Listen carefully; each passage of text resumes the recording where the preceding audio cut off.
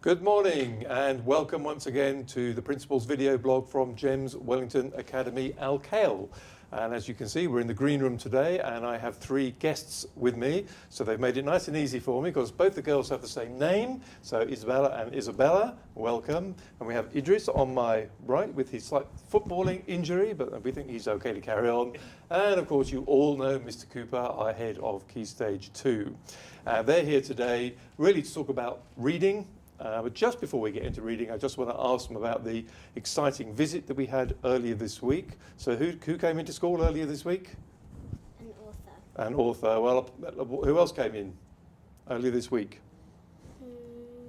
We had lots of people here. We had cars here. We had horses here. Yeah. We had the police here, didn't we? Okay. And did you enjoy their visit? Yes. Well, I was absent. You were absent, so you probably didn't enjoy it then. Okay, what about you girls?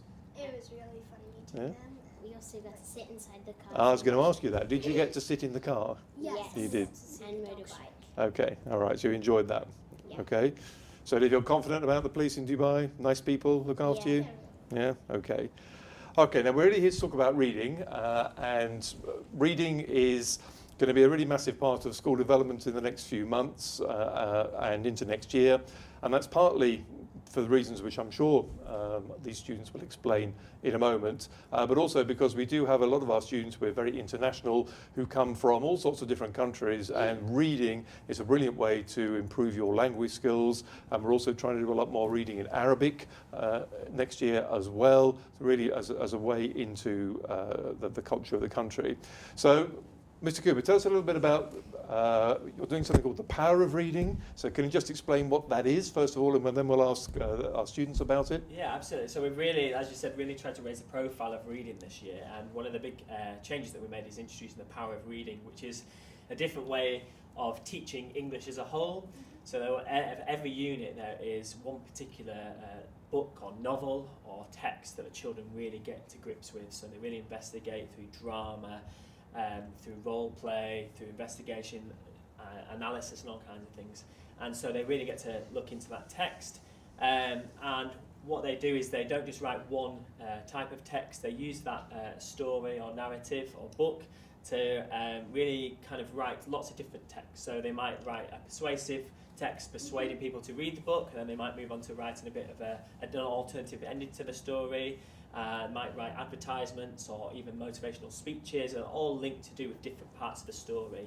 And so the children really get to grips and really develop a love for that story and the characters that were in those. So there's a reading partly as a path into writing, yeah? Yeah, absolutely, and in drama and speaking and listening, which are all really important to developing English as a whole subject. So Idris, are you reading a book at the moment as part of your power of reading? Yes. Okay. We are reading Varmints, and that book is about we didn't read the whole book, but we read about halfway through it.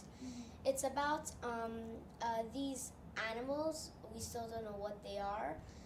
And they were living in a peaceful meadow until humans, or they looked like humans, came and destroyed their meadow. Oh, okay. So what kind of topic are you talking about around that story then in class? We're making a diary entry for right now for our class, but maybe some of the other guys did it. Okay, all right. And what about you? Are you reading the same story? Yes, we're reading Varmints. Okay. And what are the main themes of this story? What are you learning from reading that story? How to write diary entries, and also a show not tell, which you have to not show the emotions of the object or person. Act it, and don't say it. act it. You act it but don't say it. Yeah. Okay, all right. And what's the particular things you have to think about when you're writing a diary entry, say, as opposed to some other kind of writing? What's different between a diary entry and just normal writing? Well, a diary entry is like what you think, what will happen, and writing about your day, but writing a story is like you could talk about other people as well. Okay, good. Now you were admitting to me before we started the recording that you're rather more keen on the reading than the writing. Is that Yes. right? I won't say exactly what you said, but you said you weren't quite so keen on the writing. But Yes. what kind of writing do you like the most?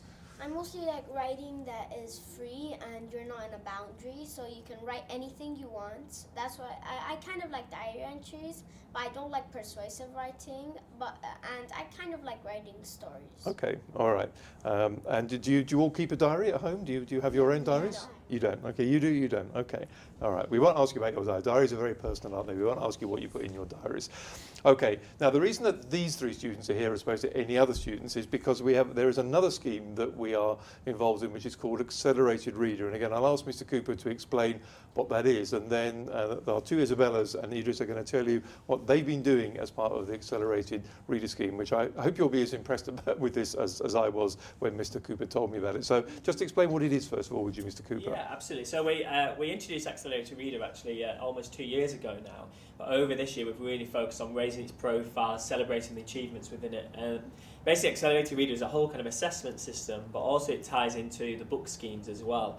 So first of all, the children take a test, but what's really special about these tests is it's not the same test for every child. So the tests actually are digital and they adapt for every single child. So if they get a question right, the next question is slightly more difficult.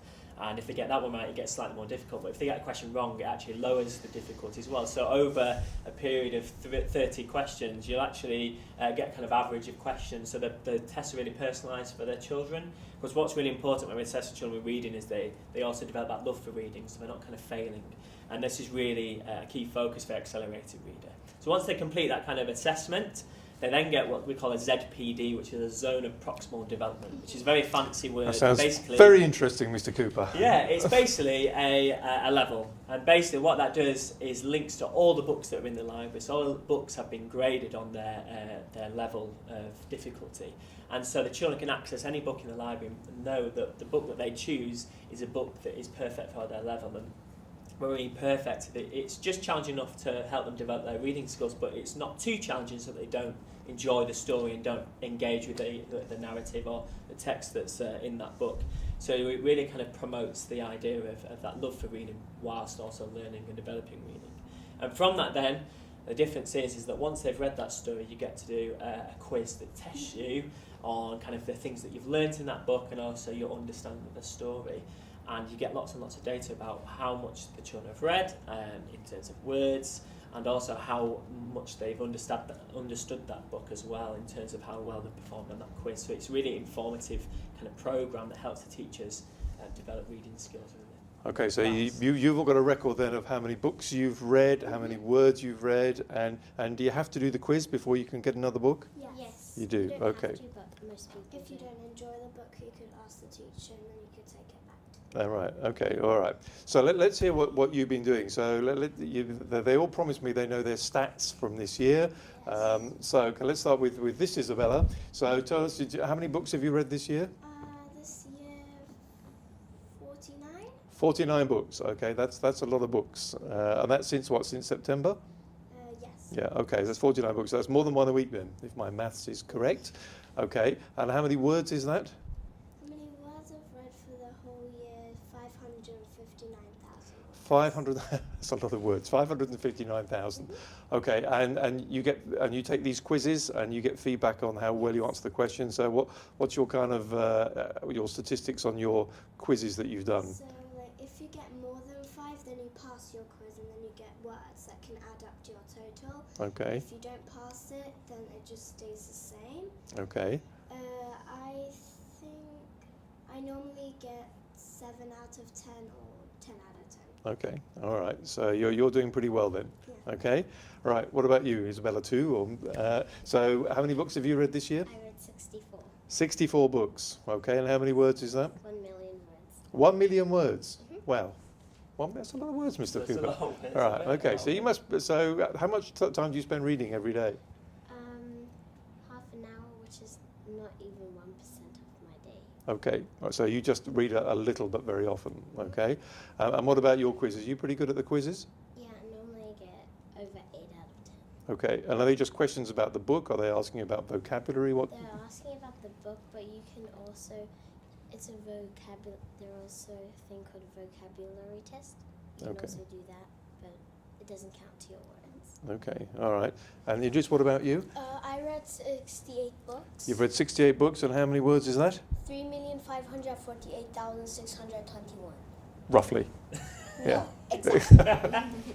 Okay, so exactly over 3 million words. Right, so I'm guessing, have you read longer books then? Yes, I read the whole Harry Potter series.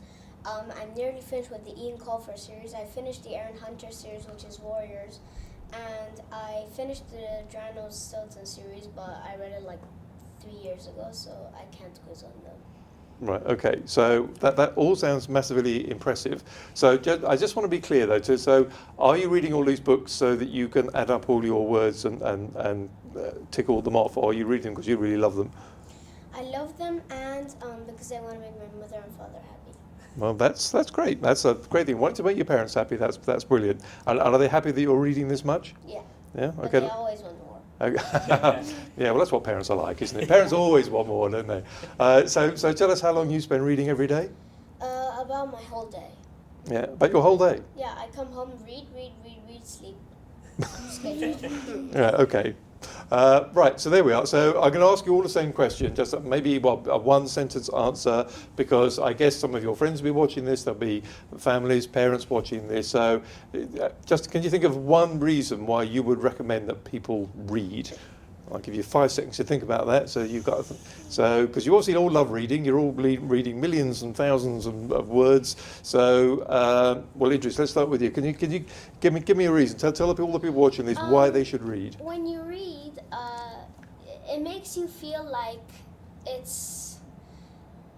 has a good feeling in you that you accomplished something. When you finish the book, you're like, yes, because it's fun. And if you don't like the book, don't listen to your mother or father if they say you have to read the book. Just finish it, and then don't finish the series. If you don't like it, change it. But I'm not saying to not listen to your mother and father, but read the book they told you, and if you don't like the series, don't read it. But make your mother and father happy, and make your brain happy.